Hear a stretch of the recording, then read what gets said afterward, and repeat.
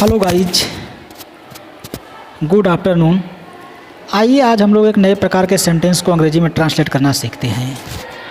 Translate करने से पहले उसको नियमों को देखते हैं, उसके रूल को देख लेते हैं। जी हाँ दोस्तों, यहाँ पर दो प्रकार के सेंटेंस मिलेगा। ठीक, जैसे में देखेंगे कि वह इस तरह चलता है और दूसरा में है मानो वह लंगड़ा हो। तो दोस्तों यहाँ पर जो ये क्लाज बना दिया गया है, तो सबसे पहले देखेंगे रूल में आपका हो जाएगा principal clause plus as if का प्रयोग करेंगे या तो एज दो का प्रयोग करेंगे प्लस एडवर्ब क्लाज हो जाएगा। ठीक दोस्तों, दो प्रकार के जो कि क्लाज का प्रयोग करना है, यानी प्रिंसिपल क्लाज का प्रयोग करना है, एज इफ या एज दो से जोड़ देंगे एडवर्ब क्लाज को। ठीक, तो पहला सेंटेंस आपके सामने दिखाई दे रहा है कि वह इस तरह चलता है मानो वह लंगड़ा हो। ठीक दोस्तों, तो यहाँ पर देखेंगे सबसे पहले वह के लिए जो है ही का प्रयोग करेंगे।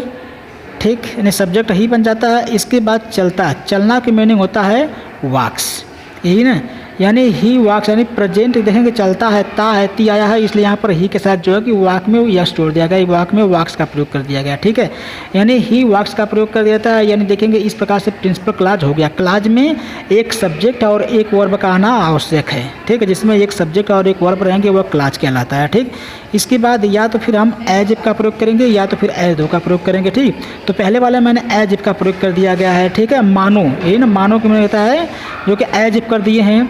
फिर इसके बाद देखेंगे अब एडवर्ब क्लाज। एडवर्ब क्लाज में हो जाएगा सबसे पहले फिर सब्जेक्ट, क्योंकि क्लाज में जो बता दें, क्लाज में एक सब्जेक्ट का होना और एक वर्ब का होना अनिवार्य है। ठीक, तो यहाँ पर देखेंगे वह के लिए हमने ही का प्रयोग कर दिया।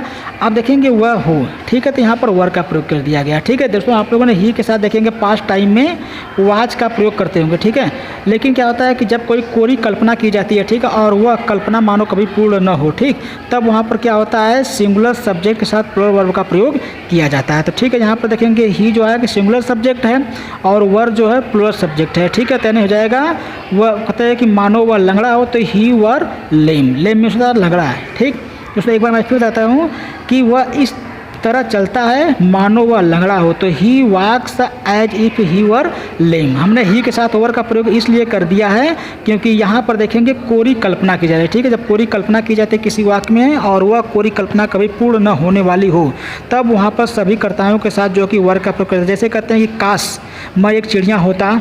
ठीक दोस्तों, कहते हैं कि if I were a bird. ठीक, इस प्रकार से कह सकते हैं, या कहते हैं कि काश, यही ना कि वह तुम, यानी कहते हैं कि मैं तुम होता, यानी मैं तुम्हारे स्थान पर होता। देखोगे कहने के सर कहता है कि मैं तुम्हारे स्थान पर होता, नहीं इफ़ आई वर यू, यानी मैं तुम्हारे स्थान पर होता। तो कहने पर दोस्तों देखिए कोई बन नहीं सकता। यानी जैसे पहले मैंने काश मैं एक चिड़िया होता तो आपके पास होकर चला आता। ठीक है, तो if I were a bird, यानी if I were a bird, यानी काश मैं पक्षी होता लेकिन पक्षी हो नहीं पाऊंगा। ठीक, तो वहाँ पर देखेंगे वो कल्पनाएँ क्या है, कोरी की कोरी रह जाती, तो इसलिए वहाँ पर देखेंगे सिंगुलर सब्जेक्ट के साथ भी जो है आपका प्लुरल वर्ब प्रयोग किया जाता है। ठीक, उसी प्रकार से या आर करके देखेंगे ही वॉक्स, वह ऐसे चलता है एज इफ मानो कि ही वर लेम, वो लंगड़ा हो। ठीक दोस्तों, लगभग दोनों सेंटेंस एक ही है। पहला जो आ गया है पीसी आ गया, यानी प्रिंसिपल क्लाज आ गया है। दूसरा जो आपका आया है एसी यानी एडवर्ब क्लाज आ गया है। ठीक, तो नेक्स्ट सेंटेंस को देखते हैं हम लोग।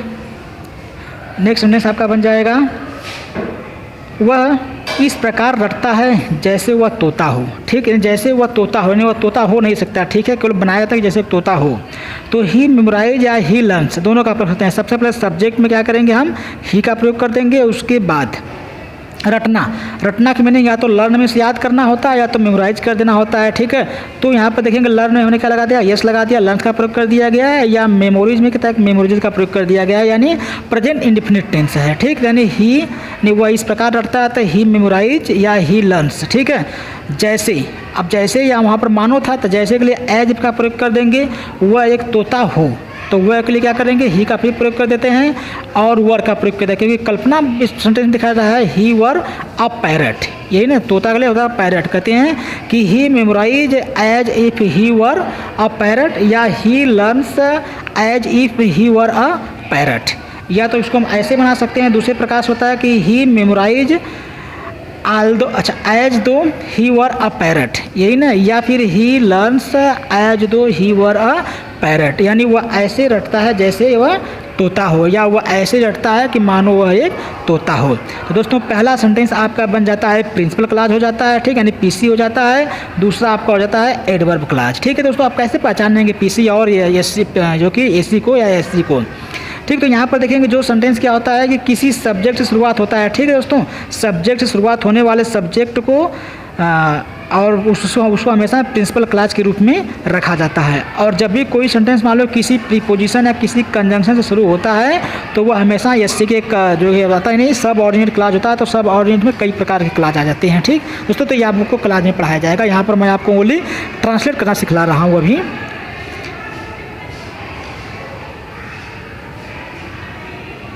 नेक्स्ट सेंटेंस को देखते हैं। ऐसा लगता है मानो वर्षा होगी।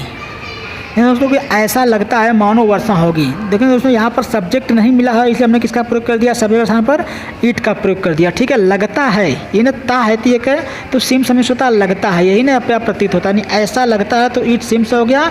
मानो, मानो के लिए एज इफ का प्रयोग कर दिया गया है। वर्षा होगी ये यानी फ्यूचर का पास्ट बना गया है। तो फिर देखेंगे यहाँ पर कर्ता नाम है तो हमने इट का प्रयोग कर दिया, यानी इट वुड यानी आपका हो जाता है हेल्पिंग वर्ब में वुड का प्रयोग कर देते हैं। इसके बाद वर्षा की मीनिंग रेन हो जाएगी, यही ना, यानी ऐसा लगता है मानो वर्षा होगी। तो it seems as if it would rain, यानी सबसे पहले हमने रख दिया प्रिंसिपल क्लॉज को, यही ना, और दूसरा आपका बन जाता है एड, सब ऑर्डिनेट क्लॉज में आता है एडवर्ब क्लॉज आ जाता है। ठीक, या तो दोस्तों इसको हम ऐसे बना लेते हैं, इट सिम्स इन ऐसा लगता है एज इफ मानो कि इट वुड रेन यानी वर्षा होगी।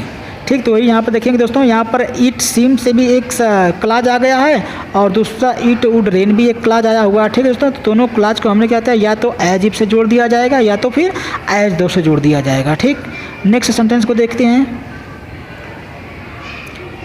नेक्स्ट सेंटेंस देखते हैं। ऐसा लगता है मानो रात समाप्त नहीं होगी, यानी ऐसा लगता है मानो रात्रि या रात समाप्त नहीं होगी। तो ऐसा लगता है तो इट सिम्स का प्रयोग करेंगे। ठीक, यानी सब्जेक्ट नहीं है तो हमने इट का प्रयोग करते हैं और लगता है के लिए क्या करेंगे, सिम्स का प्रयोग कर देते हैं। ठीक है, अब मानो, मानो क्या लगता है, देखेंगे यहाँ पर सिम्स हो गया क्योंकि प्रेजेंट टाइम आया हुआ है और मानो के लिए एज इफ का प्रयोग कर दिया गया है। ठीक, इसके बाद रात समाप्त नहीं होगी तो जाएगा the night would not and, यही ना, the night would not and कर सकते हैं या वुड नॉट फिनिश का भी प्रयोग कर दिया सकता है कहीं कहीं। ठीक है, तो आपके लिए एंड ही बेहतर होगा। हो गया कि एज, अच्छा कहते हैं कि ऐसा लगता है मानो रात समाप्त नहीं होगी तो जाएगा it seems as if the night would not end हो जाएगा। या तो हम एज इफ का प्रयोग करके बना सकते हैं, जैसे कहते हैं कि इट सीम्स ऐसा लगता है मानो, यही ना, या मानो के का प्रयोग कर सकते हैं कि the night would not and यानी रात्रि समाप्त नहीं होगी। आइए दोस्तों नेक्स्ट देख लेते हैं। नेक्स्ट सेंटेंस है, वह इस प्रकार बोलता है कि मानो वह ग्रामोफोन रिकॉर्ड हो। तो वह इस प्रकार बोलता है तो क्लॉज बना देंगे ही स्पीक्स, यानी सब्जेक्ट यहाँ पर वह आ गया तो ही लगा देते हैं। और इस प्रकार बोलता है, बोलना की मीनिंग होता है स्पीक, यानी वह इस प्रकार बोलता है मानो कि, ये देखेंगे इस प्रकार के लिए मानो के साथ हमने एज इफ का प्रयोग कर दिया, यानी एज इफ हो गया। ही, अब देखेंगे कि वह कहते हैं कि वह ग्रामोफोन हो तो ही वर अ ग्रामोफोन रिकॉर्ड, यही ना, यानी वह ग्रामोफोन रिकॉर्ड हो। तो यहाँ पर देखेंगे कि ही स्पीक्स एक क्लॉज हो गया, ही वर अ ग्रामोफोन रिकॉर्ड यानी दूसरा क्लॉज हो गया। ठीक है, या तो इसको हम एज इफ करके बना सकते हैं, जैसे ही स्पीक्स हो गया, एज इफ का एज दो का प्रयोग करने के बाद ही वर अ ग्रामोफोन रिकॉर्ड। ठीक, तो यहाँ पर देखेंगे दोस्तों हम किसी भी सेंटेंस को ऐसे रिकॉर्ड करके बना सकते हैं। और चैनल को भाई जो अधिक से अधिक जो कि ट्रांसलेशन लेकर चैनल को लाइक, सब्सक्राइब और शेयर ज़रूर करें। थैंक्स।